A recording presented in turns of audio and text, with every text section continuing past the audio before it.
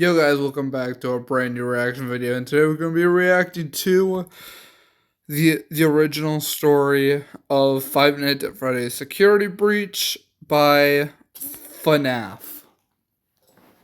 I haven't actually reacted to FNaF in a while, not since his whole video about the story about his original story about the original story of Five Nights at Freddy's in the first place, like FNAF 1 through UCN. So yeah, let's not waste any more time and get straight into the reaction. I had a specific story for this in mind.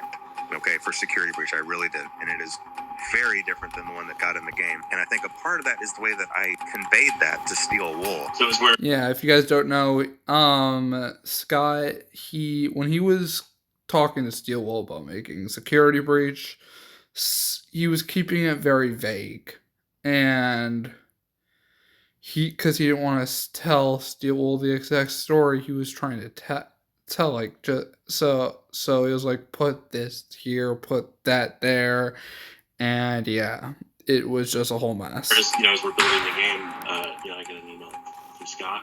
It says, hey, put this stuff in the game, like examine it as a producer would do. And I said, I have no idea what any of this means. And he goes, yeah, put it in the game. Don't worry, I know.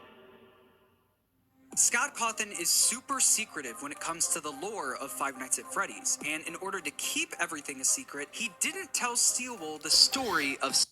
Partially our fault, because we like to go into, like, the files and such of the FNAF games, and... Security Breach. Instead, he only gave them pieces of the story he was trying to tell. I was trying to tell Steel Wool to do specific things throughout the game, have specific characters do certain things, meanwhile not telling them what the story plot was. Because of this, Steel Wool, in an effort to flesh out the game, started filling in the blanks themselves. That didn't work out very well, because they got all of these pieces and they thought it was their job to connect them in a way that made sense. So what we got on launch day was a game that featured the pieces of Scott's original story and the story that Steel Wool created to fill in the blanks. And so really what you ended up having were the same pieces, but telling completely different stories. This whole situation is fascinating to me, so I spent the last few months researching and analyzing Security Breach in order to find Scott's pieces of the game, all in an effort to figure out Scott's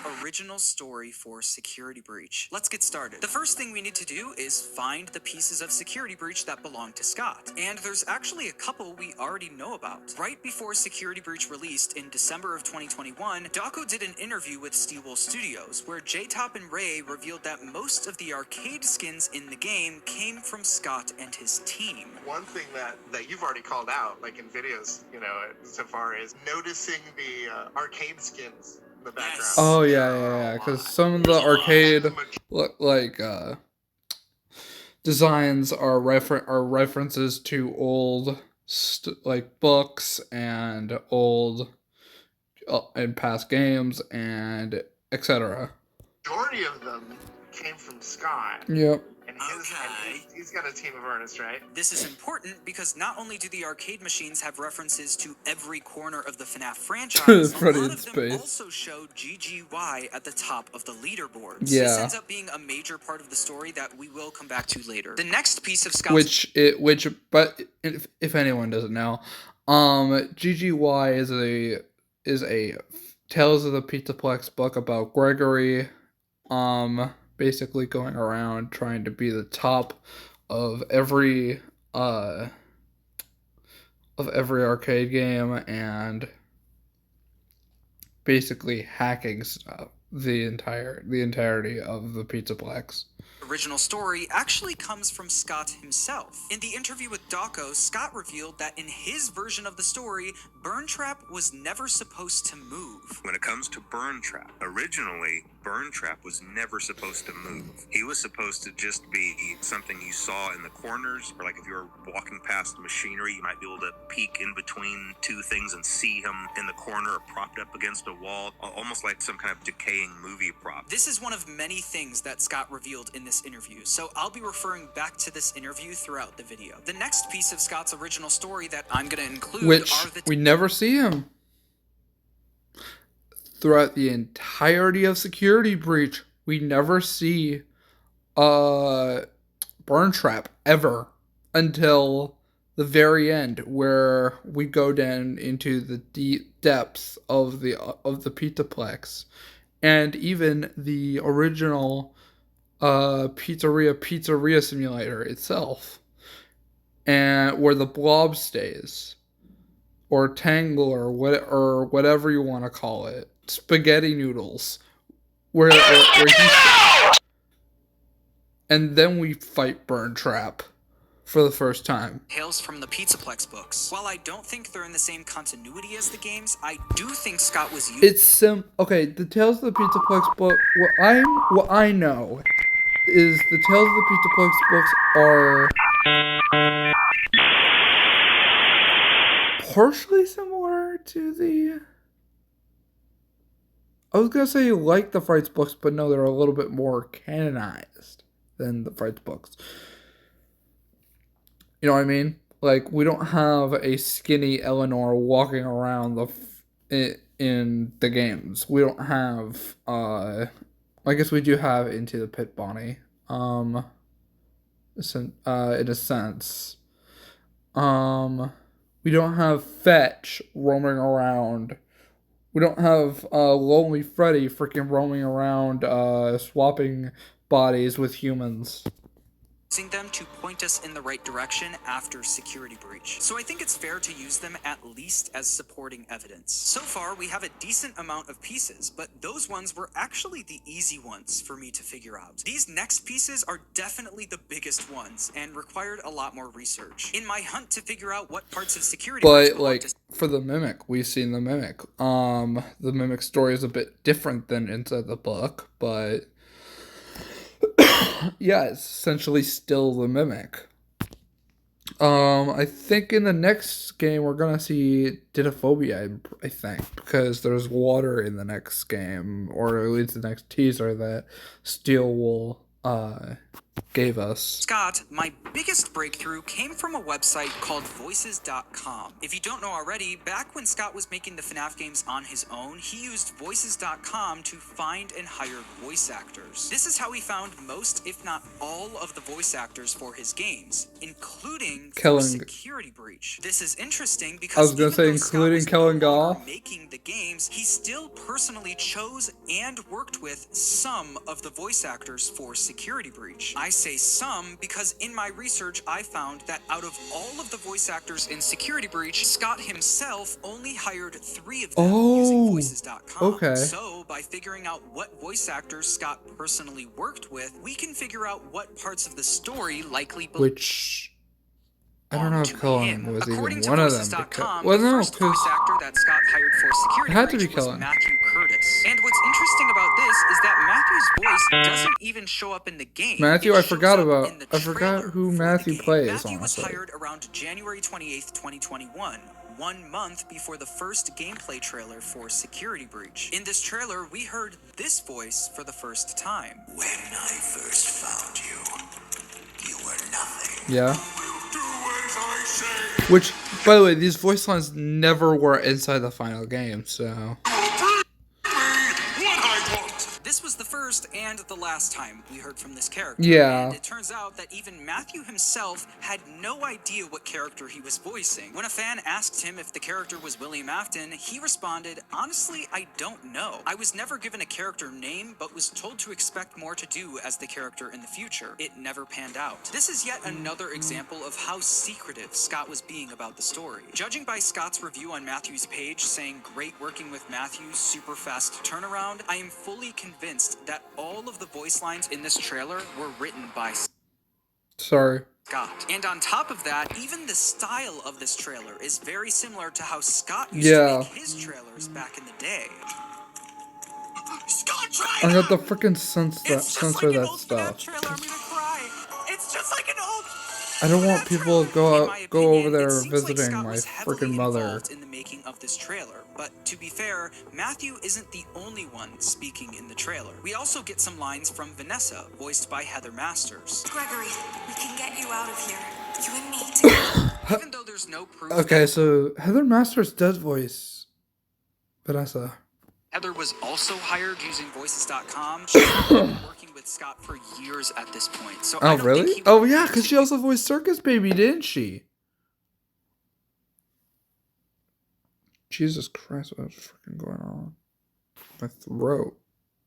use voices.com to hire her. So I think it's safe to assume that if Matthew's lines were written by Scott, Heather's lines probably were too. So the first gameplay trailer of Security Breach is officially deemed a Scott piece of the story, but that's not all. We still have 2 voice actors left that were hired by Scott using voices.com, and they are easily the most important. According to voices.com, the final 2 voice actors that Scott hired for Security Breach were Leah Voicey and Penny Oh, so it Balfour, wasn't Kellen 2 of the Goss. therapists from the retro CDs. Dang. As you probably know, the therapy CDs are the most lore-filled part Yep. of the game. So the fact that they could have been 100% written by Scott would be a huge reveal. So I needed to make sure that I was right about this. Scott could have easily hired and worked with all of the voice actors for Security Breach, and Hey, there's Kellen, and there's also Andy Field. only used voices.com to find some of them. So, in order to figure this out, I watched every single interview, panel, and Q&A from every voice actor in Security Breach to Dang. learn who hired them and who they specifically The FNaF worked show with, from Scott Daco.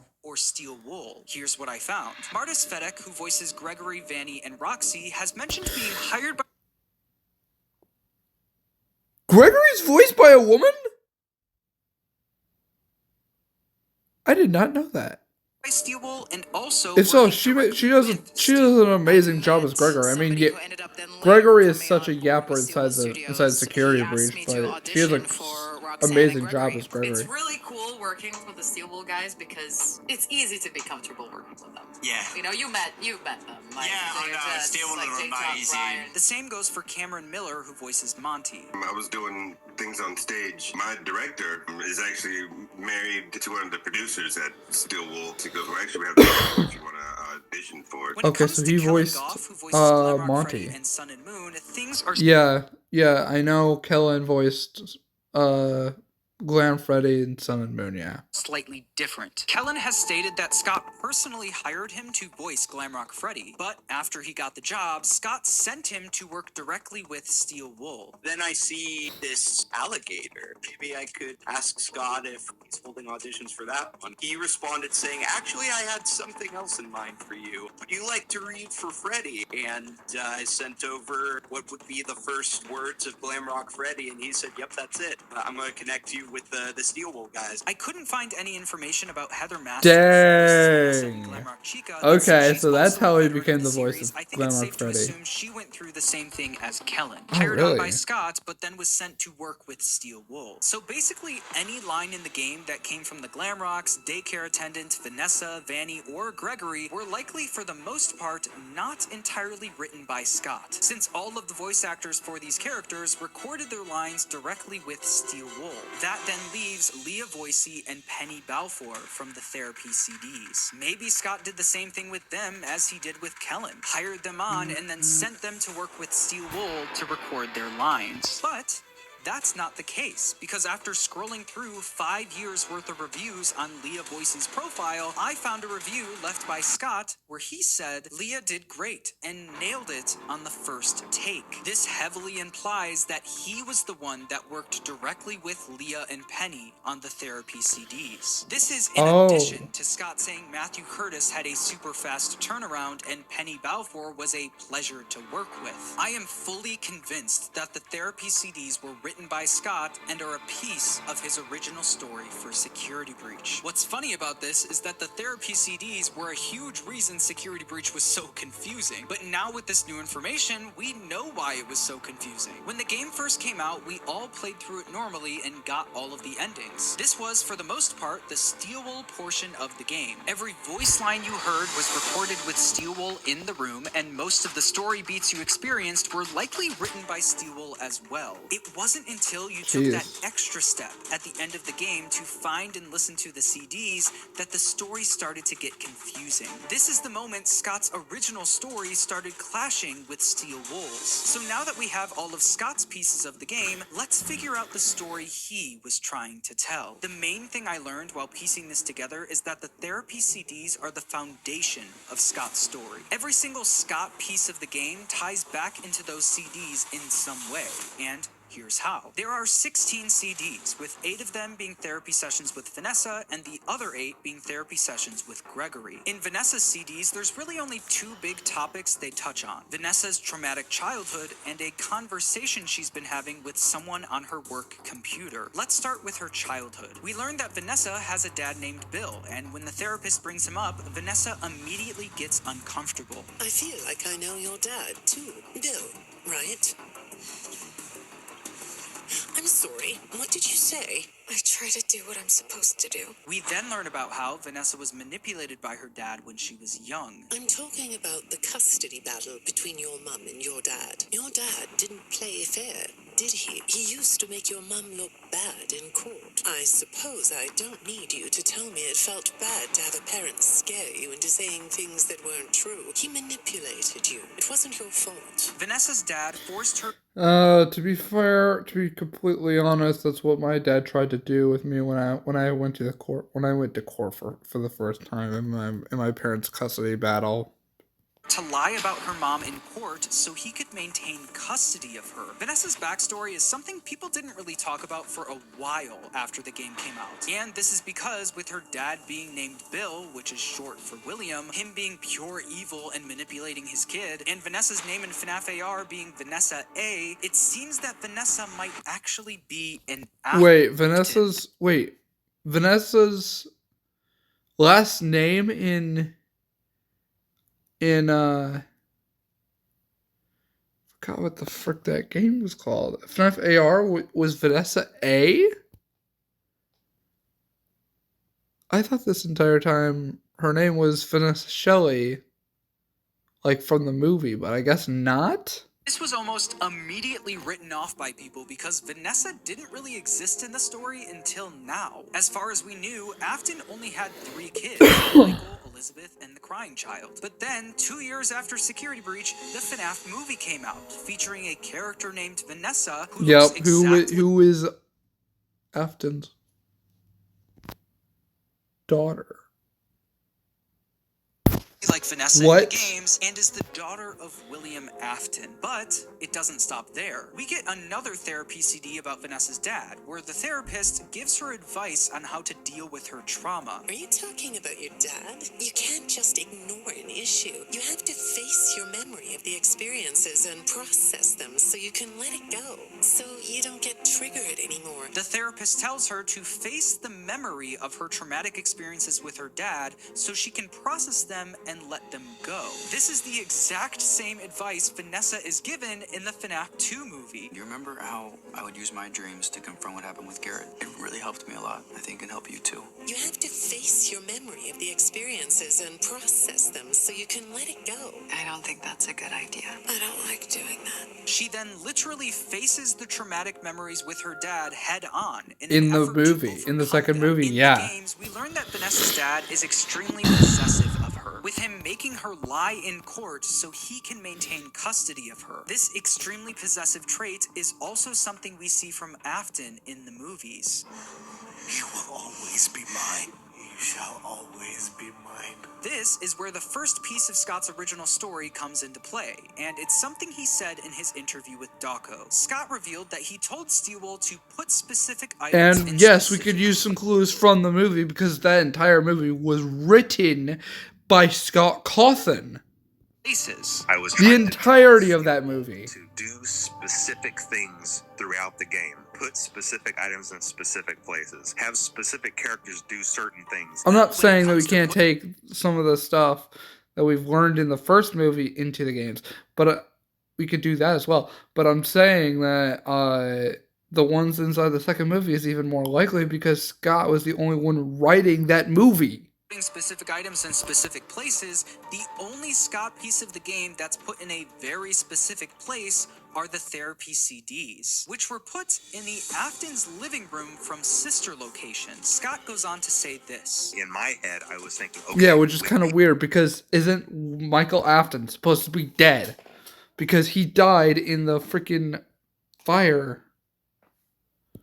People find this. They will connect this to this to this, and it will all be revealed. Maybe he thought when we found the Afton's living room, we'd connect it to the CDs and therefore connect Vanessa and her dad, William, to the Aftons. When Daco interviewed Steelwool, he asked them if there would be any Easter eggs in the game, in which Ray McCaffrey responded, "Will there be any Easter eggs in Security Breach?" As we're building the game, I get an email from Scott. It says, hey, put this stuff in the game. Examine it as a producer would do. And I say, I have no idea what any of this means. He goes, yeah, put it in the game. Don't worry. I know. To me, it sounds like he's talking about the Afton's living room from sister location and the therapy CDs. Daco specifically... So Scott wanted the sister location living room inside the game anyway, even if it didn't make sense.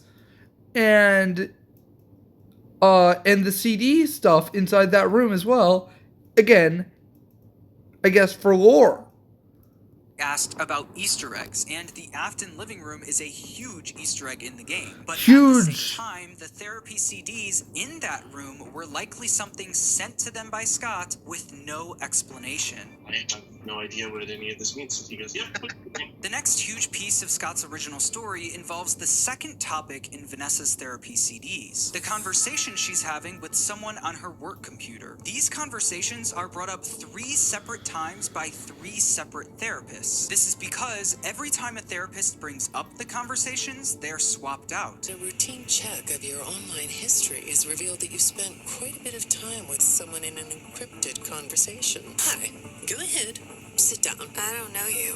What happened to... Oh, we'll get to know each other in no time. This happens because the over the 16 therapist CDs, died. totaling 5 different therapists. The first 3 voiced by Michelle Amos, and the final 2 voiced by Leah Voicey and Penny Balfour. The therapists tell Vanessa that whoever she's talking to has hacked into her personal files. This person who's been sending you messages has been hacking into your personal files too. These are the same files I have here. This person who is contacting you knows a lot about you. They also tell Vanessa that it looks like this person is manipulating her. The messages you're getting seem very manipulative in nature. With that in mind, let's move on to Gregory's therapy CDs. And the thing about Gregory's is that he never actually says anything out loud in any of his 8 CDs. So you're not talking to me again today.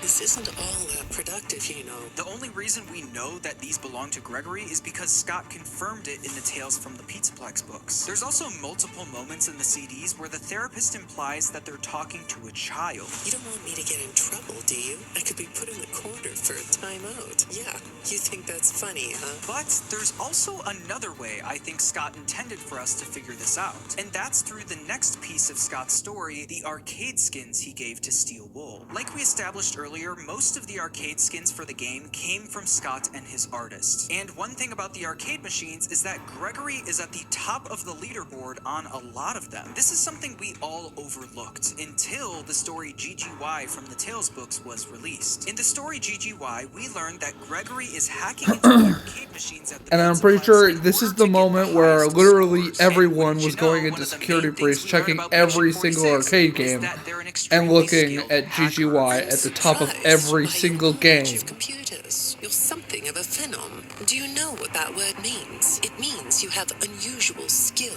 like a hacker. Since Patient 46 never speaks in the therapy CDs, Scott maybe thought we'd figure out their identity by learning that Patient 46 is a hacker and then connecting that to Gregory's absurdly high scores on the arcade machines. Even though it definitely seems far-fetched, I honestly can't think of any other reason Scott would put Gregory at the top of the leaderboards. But anyways, back to Gregory's therapy CDs. After revealing that Gregory is a hacker, the therapist brings up an encrypted conversation that Gregory is having with someone. They say you were in communication with someone. The texts say it looked to them like it was an attempt to manipulate you. Then the therapist reveals that Gregory wasn't the one being manipulated in these conversations, he was the one doing the manipulating. Thing is, when I read the communications, I get something different out of them. I don't think you're being manipulated here. I think you're the one doing the manipulating. So we have Vanessa, who's being manipulated by someone in an encrypted conversation, and then we have Gregory, who is manipulating someone in an encrypted conversation. This is Scott clearly telling us that Gregory is the one communicating with and manipulating Vanessa. Like I said earlier, every time a therapist brought up these encrypted conversations,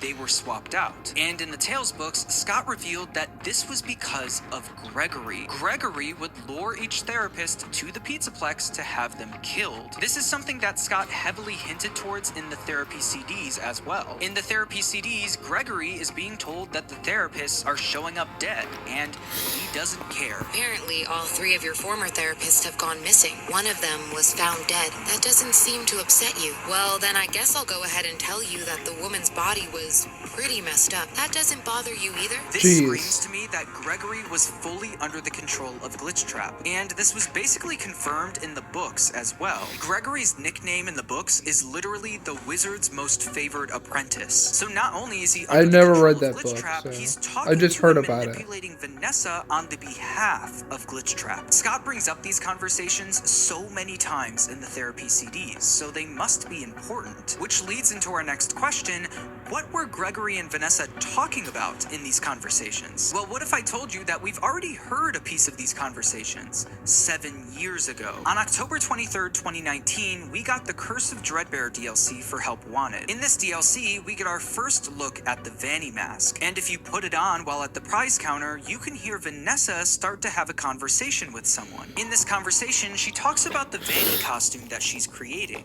Yes, I hear you. There's no miscommunication. I understand. Which we end up seeing in Security Breach. This is the conversation that's brought up multiple times in the therapy CDs where Gregory is manipulating Vanessa. I know this because Vanessa is also confronted about this Vanny costume in the therapy CDs. But once that happens, she says this. It looks like you were shopping for a costume. What was that? Did you say the costume is a secret? I can't talk about this. He said he would always be watching. He could be here, or there, or anywhere in between.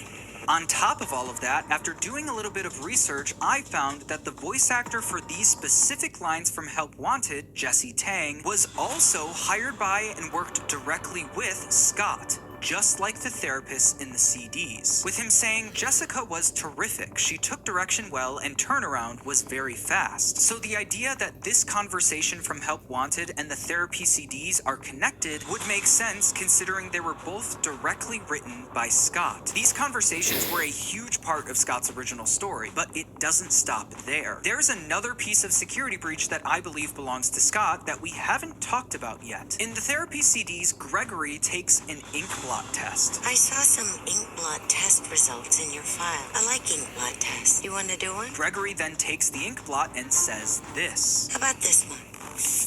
What do you see? You think it's a mask? Like a disguise? You like the idea of being disguised? Disguises let you be sort of invisible, don't they? You can get away with almost anything when you're invisible, can't you? Yeah? You like that idea? Not only does Gregory see a mask, he specifically added the line, disguises let you be sort of invisible. You can get away with almost anything when you're invisible. Why would Scott include this? Because it directly connects to one of the only times we see Vanny in Security Breach. What was that? That is a fountain. Not the fountain. He didn't see the dancing rabbit lady right in front of us? No, I did not. Vanny is literally invisible when she's wearing the Vanny mask. Yes, I have it. I think you would like it. You like the idea of being disguised? You can get away with almost anything when you're invisible, can't you? This is something Scott doubled down on. Yeah, so in Vanny's Ruin. Whenever essentially Cassie puts on the invisible Vanny to mask, almost she literally every becomes invisible to the animatronics. And for those people who rightfully so say that animatronic the Vanny in mask and the Vanny Security costume Breach, look except for completely Gregory. different, Scott and Steelwool included this scene in Ruin to clear that up. It's Gregory. Hey, she's wearing my mask. This was very clearly shoehorned into the game to answer the question of, is the Vanny mask and the Vanny costume the same thing? And it turns out that even though they look different, they are the same thing. Like we talked about earlier, Scott told Steelwool to put specific items in specific places in Security Breach. But he also told them to do specific things throughout the game and have specific characters do certain things. I think this is what he was talking about. Scott telling Steelwool to put this specific scene in the game makes sense. Which is similar to in the novel trilogy, where Carlton has to put on like an earpiece to stay away from the animatronics, because if he has the earpiece in his ear, he'll be invisible to them. This is probably what Vanessa is doing with the Glamrock animatronics. It directly links to what he wrote in the therapy CDs. So now that we know that Gregory was fully under the control of Glitchtrap, although the earpiece is just one big mask in front of her face, or in Security Breach's case, around her entire head. Gregory the hacker is the one who hacked into Vanessa's personal files. It means you have unusual skill, like a hacker. This person who's been sending you messages has been hacking into your personal files too. He did this to keep tabs on Vanessa's sessions, to make sure that she's not saying too much about their conversations. We also learn in the CDs that Gregory completely lied about having a traumatic childhood. None of what you said in your file about your parents was true. The truth is, you had great parents, a great childhood. Why did you lie? I think he lied about his past so he could have a reason to meet with the therapist. He's actually a normal kid that had a great childhood, but by pretending he has childhood trauma, he's able to get in with the same therapist as Vanessa. And if he finds out that Vanessa told them too much, he'd kill them off. In Vanessa's last 2 therapy tapes, we learn that she's about to be transferred to work at the Pizzaplex. I understand you'll be transferring to a different location soon. After Vanessa was transferred, we learned that Gregory was spotted talking to Vanny at the Pizzaplex. I have this still shot the text pulled from the security footage that recorded you in the Pizzaplex. You're talking to someone or something. What are those things? They almost look like rabbit ears. After speaking through encrypted conversations, Vanessa and Gregory are now at the Pizzaplex talking in person. This was obviously supposed to be the big twist of the game. Gregory wasn't this random kid who just so happened to get trapped in the Pizzaplex. He was working with Vanny the whole time. And Scott actually had this planned since the beginning. Earlier, we figured out that Scott personally hired and worked with the voice actors for the first gameplay trailer for Security Breach. And you can hear, presumably Glitchtrap, say this. Do as I say. You will bring me what I want. And if you fail me, then you will. Both of you burn! The both of you line was always confusing, but knowing what we know now, both of you was referencing Vanessa and Gregory, who were both I had a feeling it was both of those two, but I wasn't 100% sure. Of Glitchtrap. Gregory being under the control of Glitchtrap is obviously because who else would Burn Trap be talking to? Glamrock Freddy? No, he doesn't have a very close connection with Glamrock Freddy. Any of the Glamrocks in specific? No, he freaking hacked them to do his bidding. Why would he freaking hack them to do his bidding? If you want to burn them.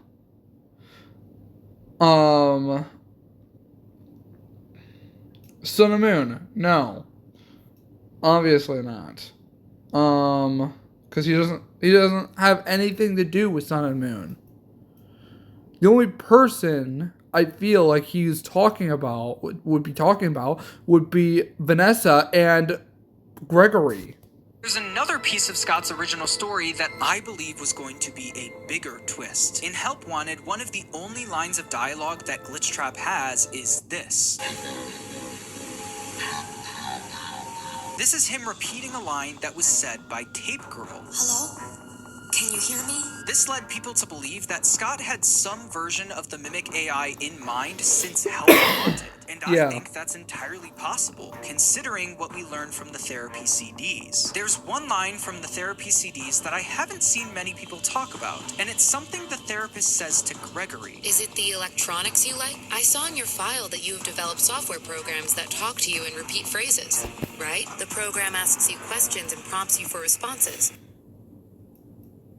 What? Gregory has developed software programs that talk to him and repeat phrases. If we take this line literally, it seems to be heavily implying that Gregory created some version of what we now know as the Mimic AI. Obviously, this did not end up being the case because we have Edwin, but when Scott originally wrote these CDs, could that have been the plan? It's definitely not impossible, especially since Scott has explored this concept before. What we've learned over the years is that sometimes Scott will introduce a concept in a previous book or game, and then years later reuse it for something else. For example, the entire concept and story of the Mimic was explored by Scott before FNaF even existed. Because Chipper and Sons Lumber Co. Chipper and Sons Lumber Co. Quote, there comes a time when all a beaver's rage and sorrow are poured into something, and Edwin poured all his rage and sorrow and all his rage into the Mimic and sorrow about his family. Becomes stronger than himself. It reminds me of the time that I built an exact duplicate of myself, with fur and everything, but the silly thing didn't realize that it was a lumber bot and tried to take over the place. I had to whack it with a shovel and bury it. Can you imagine a robot thinking he was the real thing? Ha! Bleep bloop. Whoa, excuse me. Obviously, Scott has themes and story ideas that he's been fascinated by for a long time, including the idea of a rogue AI program. And the themes surrounding Gregory are no exception to that. The concept of a child prodigy creating an AI that was built to talk and repeat phrases is another idea Scott has explored before. In the Silver Eyes trilogy... Thank you! Yes! Yes! I was literally thinking that before you went over to frickin' before he even went over to I mentioned the Silver Eyes before. Before John even panned over to Chipper and Sons, I was thinking because Charlie has been doing that almost that same thing in the Silver Eyes. Charlie is a child. Yes, with those two robot heads, those two endoskeleton heads. She put the AI into two endoskeleton heads that repeat, hello, you, I, you are, am I? When Charlie's friend asks her what she's programming them to do, she responds, I'm not exactly programming them to do anything. I'm helping them to learn on their own. This is the one and only time this is brought up in the entire book series, which makes me think that this was Scott testing out the idea of an extremely talented kid creating a rogue AI program. Although he never expanded upon it in the Silver Eyes, I think he could have been picking it back up with Gregory. But there's one detail that could make or break this whole explanation. If Gregory was actually a really smart idea. Glitchtrap when he made the program, Glitchtrap obviously made him create it, and I think that probably is the case. The therapist says that while Gregory was talking to the program, it sounded like someone started responding to him. When I study this, it sounds like there is someone else responding to you. Who is it? I think this program was how he would communicate with Glitchtrap or Vanessa. Although that line about Gregory creating essentially the Mimic AI is super weird. And until we get an explanation, those are the two possible ways I think it could be interpreted. Now it's time to talk about arguably the biggest thing we learned about Scott's original story. Burntrap was never supposed to move, and based on what Scott is saying, it seems like he was almost supposed to be an Easter egg. Like if you look between two objects, you'll see Burntrap just chilling. I can't tell if that was just implanted, like that was just an image of him implanted in there with mods or by John FNaF himself, or if that's like a glitch or something. I don't know. In the corner, Scott said that Burn Trap did have a specific purpose, but he decided not to share it. And you never fully understood what his purpose was. And he had a very specific purpose. And I'm not going to say what that purpose was, but realistically, he never... So in order to understand what Burn Trap is, we first need to understand what Glitch Trap is. There is a lot of debate about if Glitch Trap is the actual spirit of William Afton, or if it's just... Yes, thank you, because I've been freaking...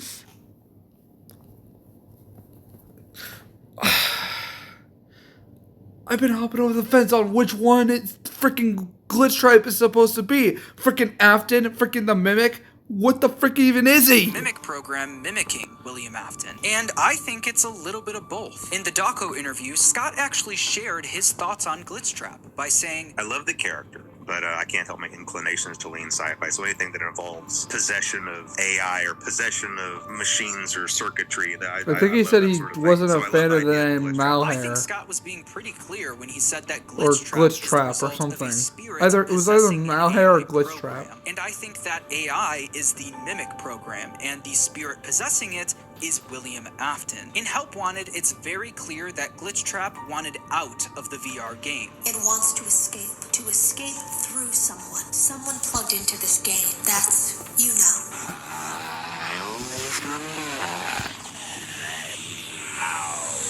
He wanted to re-enter the physical world, and at the time, his only way of doing that was through Vanessa. But now that Glitch Trap was successfully controlling Vanessa, he had a new goal, and this goal can be heard in Scott's Security Breach trailer. You will do as I say. You will bring me what I want, and if you fail me... John thinks that this is Glitch Trap talking, I think. Both of you, He wants Vanessa and Gregory to bring him something, and I think that something is what we see at the end of the trailer. There is more going on here than you realize. And then Glitch Trap wants... And then that's the teaser to Burn Trap. A physical body to inhabit, but not just any physical body, his body. The Pizzaplex just so happens to be built on top of the FNaF 6 pizzeria, where Afton's corpse lies. This shot with the purple light. So he wants to come back, but he couldn't do it on his own. Is back. I genuinely think Burn Trap was, and maybe still is, actually William Afton's corpse. And the reason we were supposed to see glimpses of him propped up against a wall and lifeless is because Vanessa hasn't put Glitch Trap into it yet. Seeing a lifeless Burn Trap as an Easter egg might have acted as a hint towards what Vanessa was up to at the Pizzaplex. There is more going on here than you realize. This is what I think Scott's original idea I for want my Burn body Trap back. was. Is it still true? I honestly think so, and that's because of what we see in Help Wanted 2. In one of the endings, we see Glitch Trap's hand coming out of the charging pod in the exact same way Burn Trap's did, obviously connecting Glitch Trap to Burn Trap. And then in the Princess Quest ending, a giant Vanny crushes Glitch Trap in her hands. Help Wanted 2 kind of felt like the we're sorry for bringing Afton back again, so let's get rid of him real quick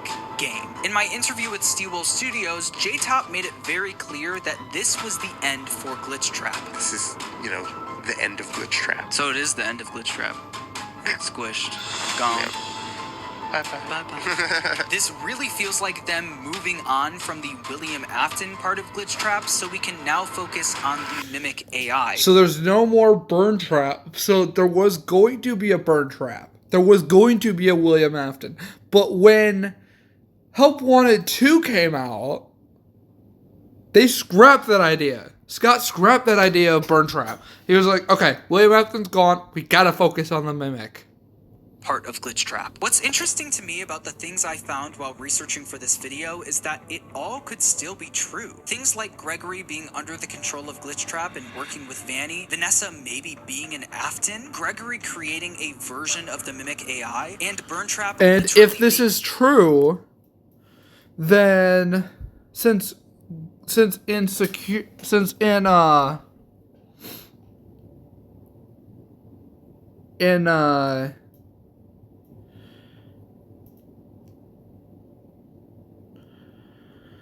since in Help Wanted 2 we play as Cassie's dad, and Help Wanted 2 takes place before Security Breach, even Security Breach.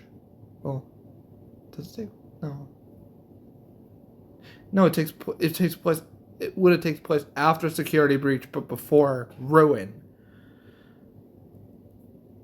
And Cassie's dad put the mask on, or not the Vanny mask, but the broken Roxy mask onto Roxy's face. And then we go pan over to help Security Breach Ruin. And then Afton's gone, completely gone from that DLC. There's no remnants of William Afton except for the giant glitch trap mural that's on the wall, but I don't know why that would be there. I don't know why that's there, honestly. Because glitch trap is no more. William Afton is no more. All that's left is the mimic.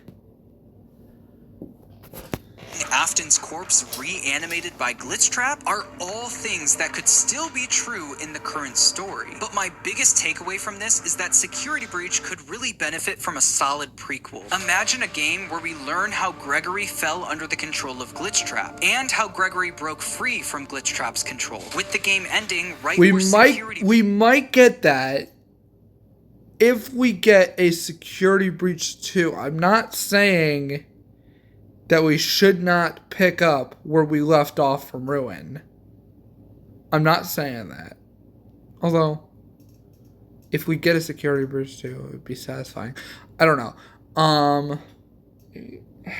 Breach begins. I want you to know that I could be wrong about literally everything I talked about in this video. Scott is the only one who knows what story he was trying to tell, so don't take everything I said here as fact. Despite the communication issues surrounding Security Breach, the story that was presented in that game is the story we've got. And the most recent games seem to prove that Scott and Steelwool are back on the same page. You know, me and Steelwool got together, we were like, look, all that matters now is making things right by the fan base. And anything that we do going forward that continues that story or has those same themes, I think we're just going to be in a much, much better situation to continue on. I just thought it would be fun to try and figure out for myself what Scott's original story for Security Breach was. Subscribe if you enjoyed, and thanks for watching. The FNaF's channel will be down in the description down below. And yeah. Guys, like this reaction, make sure to have a big fat thumbs up. Subscribe to the channel if you haven't already. See you guys next video and our live stream.